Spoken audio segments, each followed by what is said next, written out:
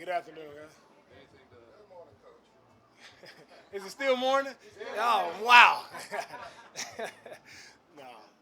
What would it mean to you guys, your defense, if Bernard could stay healthy all season?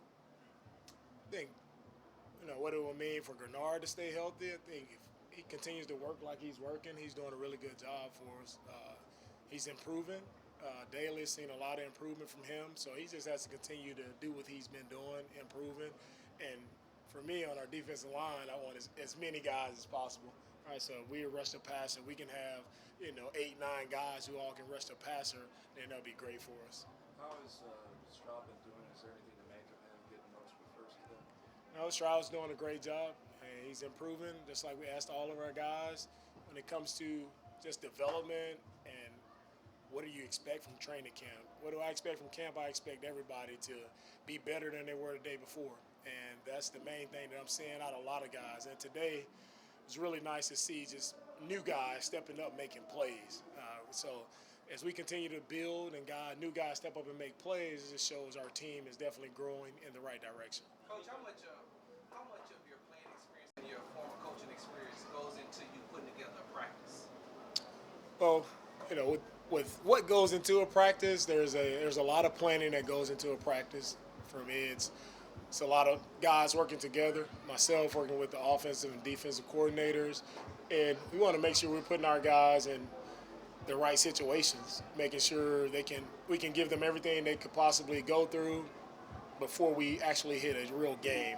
So there's a lot of detailed planning that goes in as opposed to who gets what rep. I want to make sure we have very selected reps. So just because there are 3 different groups, 1s, 2s, 3s, we may have a 1 who needs to get a certain pass look or a certain defensive pressure look, and he may have to go with the second group. But that's okay because it's detailed enough to where we know that guy is getting that specific rep, and hopefully he can make the adjustment that we're hoping to see. What about Toa? Where is he right now?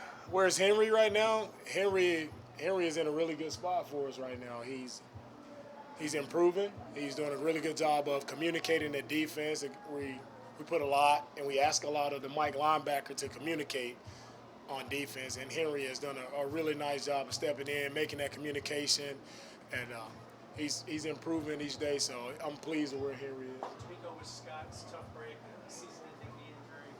How much do you tell guys like juice what's expected as they step in and sort of build the point with Scott being hurt? With Scott being hurt, first and foremost, it's just we're all praying for Scott and hoping for healthy recovery for him. It was hard to see him go down yesterday. And you hate to lose anyone like that on the practice field. Scott's a competitor. I know he'll attack the rehab just like he attacked his preparation each and every day. Smart guy, tough competitor, wishing him the best.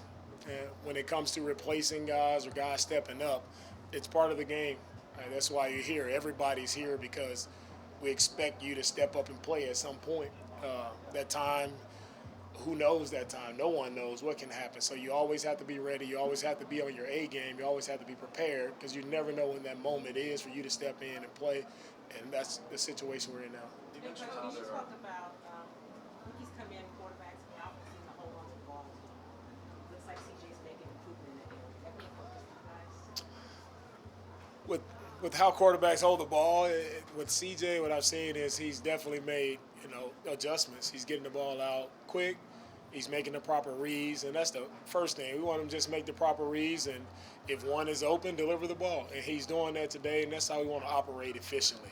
Right? And it all starts with our coaching staff and the plan that they have, the plays that they designed for him to run. It's making sure they're efficient plays, making sure everybody knows what to do, and it's not just about that one player, that quarterback, which a lot of emphasis goes on him, but it's also about the receivers, the tight ends, the backs, making sure they're running the right route, their eyes are where they're supposed to be, they have the proper depth on the route. So there's a lot of things that go into a play being efficient, and also the quarterback delivered a nice ball. So he's been doing a good job. You mentioned Chase how there are Winovich has multiple been out there pieces for to the it. last few days. What have you seen? Say it again. Chase Winovich with him being back. Yeah, Chase. He's working his way back. Still knocking off some rust, just working his way back. But excited to see him out, see what he can do. How can he help us? We'll take a few more.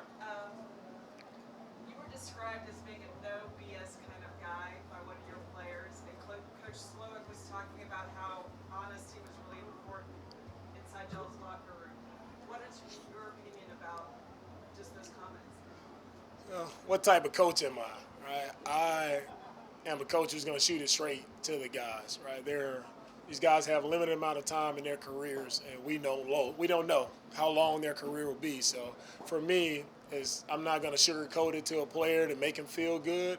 It's on me. I'm going to tell players the truth, whether they like it or not, because I know in the end, right, they'll respect me more by telling them the truth. And that's the type of coach I am. If it's good, I'll let you know it's good, and I'll celebrate the good as much as I can. That's what I want to do. Spotlight as much good as possible, but we also have to make sure we're getting things corrected in a quick manner. Right? We don't have a lot of time, right? It's urgent. It's a sense of urgency, right? We have short amount of time to get things fixed and move on so we can be prepared to go play and play well. So it's not a I have a lot of sense of urgency in my approach to coaching, and I hope the players feel that. You mentioned how there are multiple things to make this offense work. How does it work through Nico Collins? What about him makes this offense go? What I like about Nico, he's been consistent. That's what I like about him, the consistency he's shown throughout camp. He's stepped up and made big plays. Right, each and every day he's making big plays. He's been detailed in his preparation, detailed in his routes. So I'm excited what Nico is doing for us. DeMeco, there's obviously a lot of Alabama connections on this team. Just for you as an alum, what's it like to kind of see these guys? You followed them probably a little bit before they got here and now have a chance to mold them in the same way. My connection with the Alabama alum it's an honor, and it makes you proud to see guys from your alum just doing well and playing well enough to be drafted here, or however we acquired those guys, right? It's an honor to have those guys. You have a special bond because you played at the same place.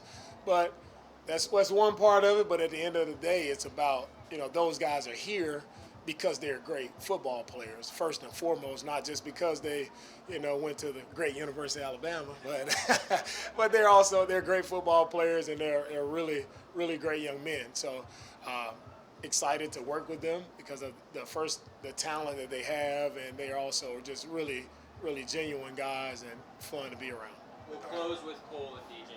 DeMeco, when you get back to Schultz today, how much easier is it for you to install the offense, knowing that the tight end who has the most consistency is going to be able to work with once? With our tight end group, like I said, they've done a really good job throughout camp, and those are guys that we will rely on. Our tight ends, it should be quarterback friendly with the route running, their ability. Right, they should be very quarterback friendly for our offense, and we're expecting them to be, big time playmakers for us. Last one.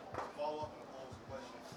With this offense, you guys use the peer progression, so you require the quarterbacks, obviously has a lot of influence with the offense go. The quarterbacks have to trust where the offense is trying to guide them. So what kind of goes into teaching them to have that trust within the play call to throw it even when the window may not be open when he's getting ready to throw? Yeah, with our offensive timing, what do we see and what do we want? We want to build trust, and we build trust through constant preparation here. It's routes on air, right? It's the quarterback and the receiver, tight end, making sure their steps are in sync. And the quarterback, sometimes there is a blind trust because a guy in the back of your draw, he may be covered, but can you still trust that my guy is going to get open, he's going to run the proper route? So that trust is developed all through OTAs, through training camp. That's where you develop that trust. So when you get into the season, you're not holding on to the ball, not trusting or believing that your teammate is going to be where he's supposed to be. So we're operating on schedule. We're letting the ball rip because we're building trust in each other. And we can build trust because we'll be a tight team. We'll be a connected team.